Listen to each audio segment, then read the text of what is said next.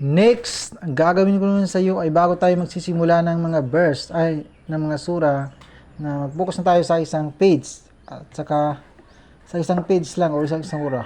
Pero kailangan ko muna ipapakilala sa iyo yung kahit yung iilan lang sa mga Arabic number na kailangan natin malaman para dahil makikita rin natin sa page. Sa page, sa table of content ay makikita natin number ng mga page ay Arabic number. Kaya kailangan mo rin malaman kahit konti lang. Kasi konti rin ang alam ko. Ay, yung alam ko lang ang ipapaalam ko sa iyo. Ang importante na malaman mo sa Arabic number ay kahit hindi mo alam kung paano mo basahin, ang importante ay makikilala mo na ito ay cipher. Yan ang 0. Ito ay wahid, ithnan, 2, thalatha, 3, arba, khamsa, sitta, sab'a, thamaniya, tis'a, ashara, wahid at saka sipur. Yan ang 10. Wahid, ithnan, thalatha, arba, khamsa, sitta, sab'a, thamaniya, tis'a, ashara. Yan ang importanteng malaman mo ha. Pero idagdagan natin. Ang importante ay basta yan ang kailangan mong malaman. Yung mula 0 hanggang sa 10. Ito, ulitin natin ha. Ang 0 ay sifar, wahid, ithnan, thalatha, arba, ayusin natin yan, khamsa, sitta, sab'a, thamaniya, tis'a, ashara. Kung mapapansin mo, ang 9 ay pareho lang sa number sa English. Ang wahid ay 1, pareho lang. Bali, pagdating sa 11 ay ihda ashara, ganyan lang. Ithna ashara, pagdating sa 13 ay lagdagan mo ng ta. Thalathata ashara, ganun. Kung mapapansin mo, itong mula 11 ay ang wahid ay ginawa ko lang ihda, dinagdagan ko ng ashara. Ang ithnan, tinanggal ko ang nun, nagiging ithna ashara. Yan siya, ithna ashara. Ito ay ihda ashara, 11. Ithna ashara, 12. Thalathata ashara, yan ang 13. Pero ganun kung basahin mo pa ganun. Pero kung isusulat mo ay pa ganun. Ang Arabic, basta ang Arabic number ay pa ganun din. From left to right kung isusulat mo. Pero kung basahin mo ay from right to left. Bali next, arbata ashara. Yan siya. Arbata ashara. Khamsata ashara. Yan, 15. Huwag kang malito dyan ha. Ang 5 sa Arabic ay 0. Sa English. Ganun. Huwag kang malito dyan. Minsan marami nalilito dyan. Sittata ashara, sab'ata ashara, thamaniyata ashara, tis'ata ashara, yan, 19.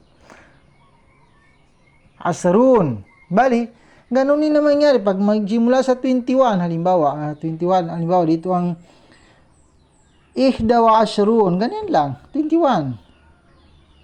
Ithna wa ashrun, thalatha wa ashrun, arba wa asrun, khamsa wa asrun, sitta wa asrun, saba wa asrun, hanggang sa dumating ka sa thalathun. Yan. Salasa at saka sipur. Bali yan ang 30. Bali ganun din.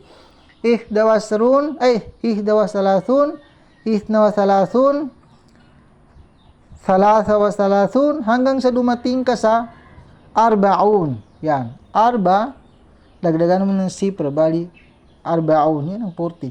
Bali ganun kung magsimula ka sa 41, ihda wa arba'un, ithna wa arba'un, thalatha wa arba'un, arba wa arba'un, hanggang sa dumating ka sa khamsun. Yan. Khamsa, dagdagan ng sipr, bali yan ang 50. Khamsun. Ganun din, ihda wa khamsun, ithna wa khamsun, thalatha wa khamsun, hanggang sa dumating ka sa situn, 60. Bali ihda wa situn, ithna wa situn, thalatha wa situn, hanggang sa dumating ka sa, dito na tayo. Dito na natin isulat to. Sab'un, 70. 70. Bali ihda wa sab'un, ithna wa sab'un, hanggang sa dumating ka sa thamanun, 80. Ihda wa thamanun, ithna wa thamanun, thalatha wa thamanun, hanggang sa dumating ka sa tis'un, 90. Ihda wa tis'un, ithna wa tis'un, ithna Salasa wa tis'un, arba wa tis'un, hanggang sa dumating ka sa mia. 90, 90 pa. 100. Ang 100 ay wahid at saka dalawang sifar. Yan ang 100. Mia. Bali ganun lang ha. Ang importante ay may idea ka na. Ito lang ang importante makikilala mo.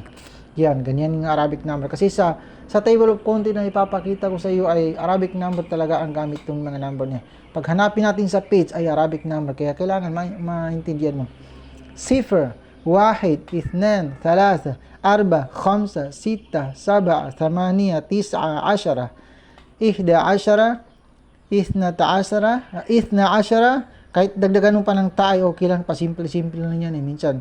Hindi lang importante yung matamaan na masyado yung pangalan, basta importante makikilala natin. Ihda ashara, ithna ashara, thalathata ashara, arba'at ashara, khamsa ashara, sita ashara, سبعة عشرة ثمانية عشرة تسعة عشرة عشرون إحدى وعشرون